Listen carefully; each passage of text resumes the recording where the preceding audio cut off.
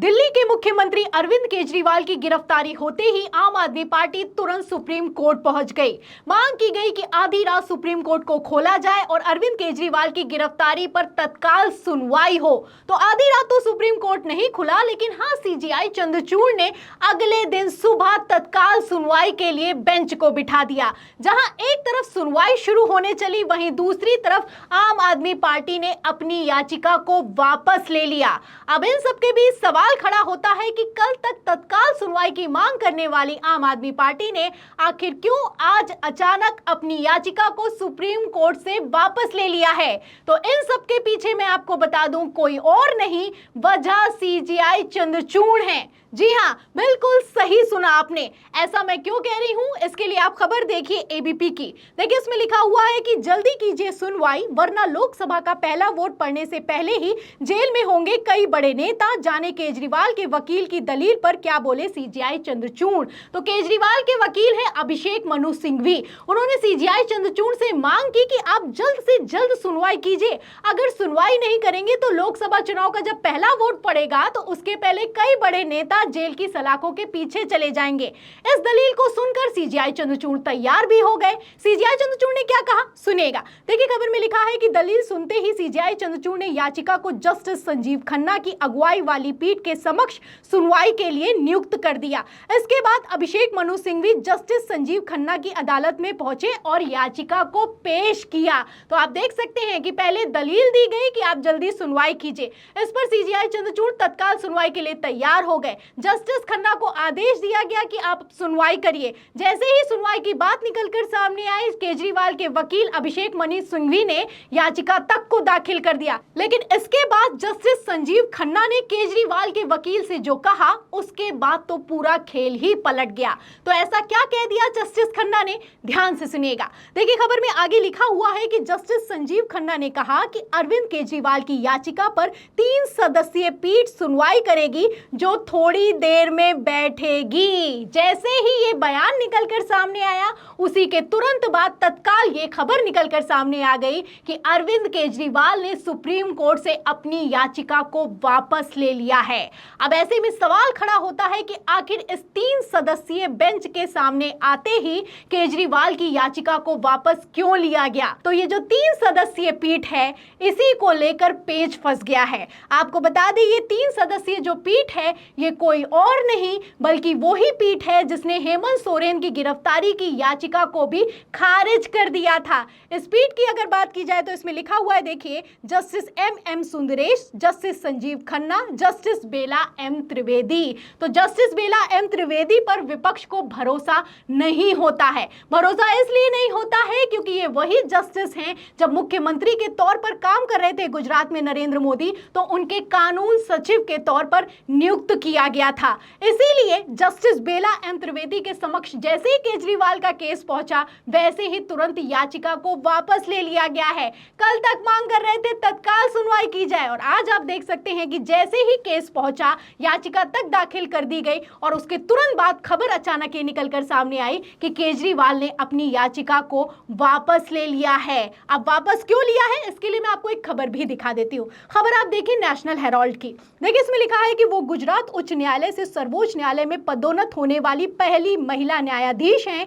न्यायाधीश नियुक्ति होने से पहले उन्होंने नरेंद्र मोदी की सरकार में कानून सचिव के रूप में कार्य किया, जो 2001 से 2014 तक गुजरात के मुख्यमंत्री थे। तो आप देख सकते हैं कि कानून सचिव के तौर पर काम कर चुकी हैं, और बेला एम त्रिवेदी को लेकर विपक्ष भरोसा नहीं जता पा रहा है, क्योंकि ये वही बेला एम त्रिवेदी है जो कई बार मोदी से जुड़े हुए केस होते हैं तो अपना नाम वापस ले लेती हैं। अगर मोदी के खिलाफ फैसला सुनाना होता है तो अपना नाम वापस ले लेती हैं। आपको नहीं याद है तो मैं आपको खबर भी दिखा देती हूँ। खबर आप देखिए न्यूज़ 18 हिंदी की। इसमें लिखा हुआ है कि कौन है सुप्रीम कोर्ट जज बेला त्रिवेदी जिन्होंने बिल्किस बानो केस से खुद को अलग कर लिया।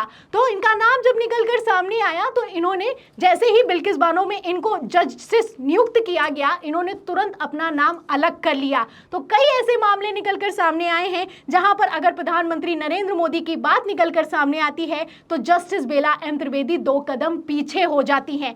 ऐसा क्यों होता है? इसके लिए निवेदिता है, पत्रकार है, बिल्कुल सटीक कमेंट करते हुए लिखती हैं, ध्यान से सुनिएगा। वो लिखती हैं कि हेमंत सोरेन की याचिका खारिज करने वाली बेंच ही केजरीवाल की सुनवाई सुन रही है।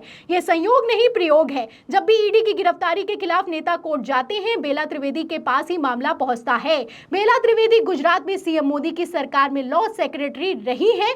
अपने पूरे करियर में मोदी सरकार के खिलाफ फैसले देते हुए नजर नहीं आई हैं। बस समझ लीजिए क्या होगा।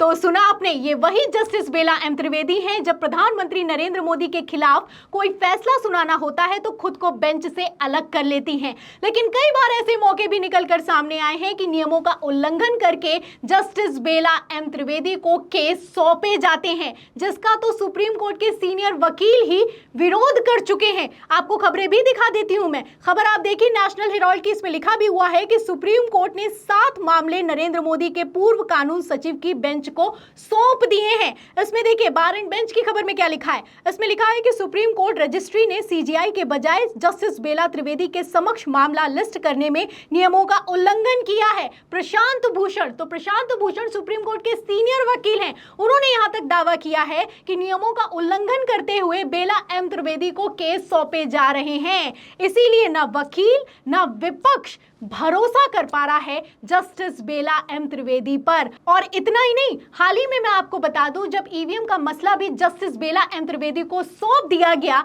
तब सुप्रीम कोर्ट के ही सीनियर वकीलों ने उसका विरोध किया। और विरोध करते हुए क्या कुछ कहा, बयान सुनिए। इसलिए अभी ईवीएम का मसला भी जिस बेंच के सामने है, उन पे कोई विश्वास नहीं है देश के वकीलों को।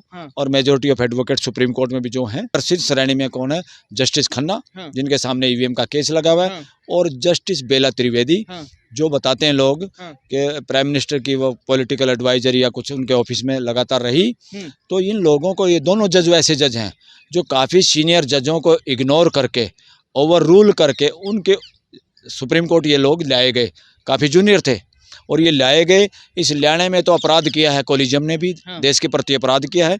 और ये दोनों के दोनों जज, इनको यहाँ सुप्रीम कोर्ट के वकील कह रहे हैं सरकारी जज। अच्छा। यानी इनमें जो भी काम होगा सरकार के अनुरूप होगा, सरकार के अनुरूप फैसला होगा। अच्छा। या मामले को लटकाया। तो सुना आपने, एक तरफ प्रशांत भूषण ने विरोध किया और कहा कि जस्टिस बेला एम त्रिवेदी को जो केस सौंपे जा रहे हैं उसमें नियमों का उल्लंघन किया जा रहा है। वहीं दूसरी तरफ आप सुप्रीम कोर्ट के ही सीनियर वकील का बयान सुन सकते हैं। उन्होंने कहा है कि ईवीएम का मसला अब जस्टिस खन्ना और जस्टिस बेला एम त्रिवेदी के पास पहुंच चुका है। ये सरकारी वकील हैं, इन पर हमें भरोसा नहीं है, ये मामले को लटका सकते हैं। और बेला एम त्रिवेदी तो वो जस्टिस हैं जो कि प्रधानमंत्री नरेंद्र मोदी की सलाहकार के तौर पर काम कर चुकी हैं। तो आप देख सकते हैं कि किस तरीके से वकीलों से लेकर विपक्ष को इस जस्टिस पर भरोसा नहीं है। तो ऐसे में सवाल खड़ा होता है, क्या इसी वजह से आम आदमी पार्टी ने केजरीवाल की गिरफ्तारी के खिलाफ जो याचिका दाखिल की थी उसको वापस ले लिया है? फिलहाल जस्टिस का मामला है, हम अपनी तरफ से कोई सवाल खड़ा नहीं कर सकते हैं, लेकिन हाँ, विपक्ष और वकील क्या कह रहे हैं वो बयान और खबरें आपको जरूर दिखा सकते हैं। तो फिलहाल इन बयानों पर, इन खबरों पर आप क्या सोचते हैं? ये संयोग है या फिर कि प्रयोग है? आपकी क्या राय है? हमें कमेंट बॉक्स में जरूर लिखें। वीडियो को ज्यादा से ज्यादा शेयर करें, सब्सक्राइबर बटन दबाएं, हमारे चैनल को लाइक करें, ज्वाइन करें। फिर मिलती हूँ अगली खबर के साथ, तब तक के लिए धन्यवाद।